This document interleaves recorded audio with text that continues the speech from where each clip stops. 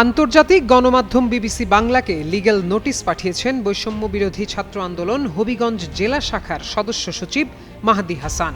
নোটিশে তিনি বিবিসি বাংলার বিরুদ্ধে ১ কোটি টাকা ক্ষতিপূরণ দাবি করেছেন। মঙ্গলবার রাত 8:30টার দিকে তিনি নিজেই নোটিশ পাঠানোর বিষয়টি নিশ্চিত করেন।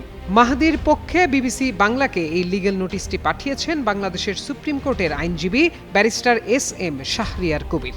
বিবিসির মহাপরিচালক টিম ডেভি ও বিবিসি বাংলার প্রধান সম্পাদক মীর সাব্বির বরাবর এ নোটিশ পাঠানো হয়। সেখানে আগামী 48 ঘন্টার মধ্যে সংশ্লিষ্ট প্রতিবেদন প্রত্যাহার ও প্রয়োজনীয় ব্যবস্থা নেওয়ার আলটিমেটাম দেওয়া হয়েছে। মাহদি হাসান জানান, বিবিসি বাংলা কর্তৃক তার বিরুদ্ধে 40 লাখ টাকার ক্রিপ্টোকারেন্সি থাকার বিষয়ে সহ বিভিন্ন তথ্য উল্লেখ করে প্রকাশিত একটি প্রতিবেদনের প্রতিবাদ এবং তার দাবি অনুযায়ী অন্যায় ও মানহানিকর তথ্যের বিরুদ্ধে যথোপযুক্ত পদক্ষেপ নেওয়ার লক্ষ্যে এ লিগ্যাল নোটিশ পাঠানো হয়েছে।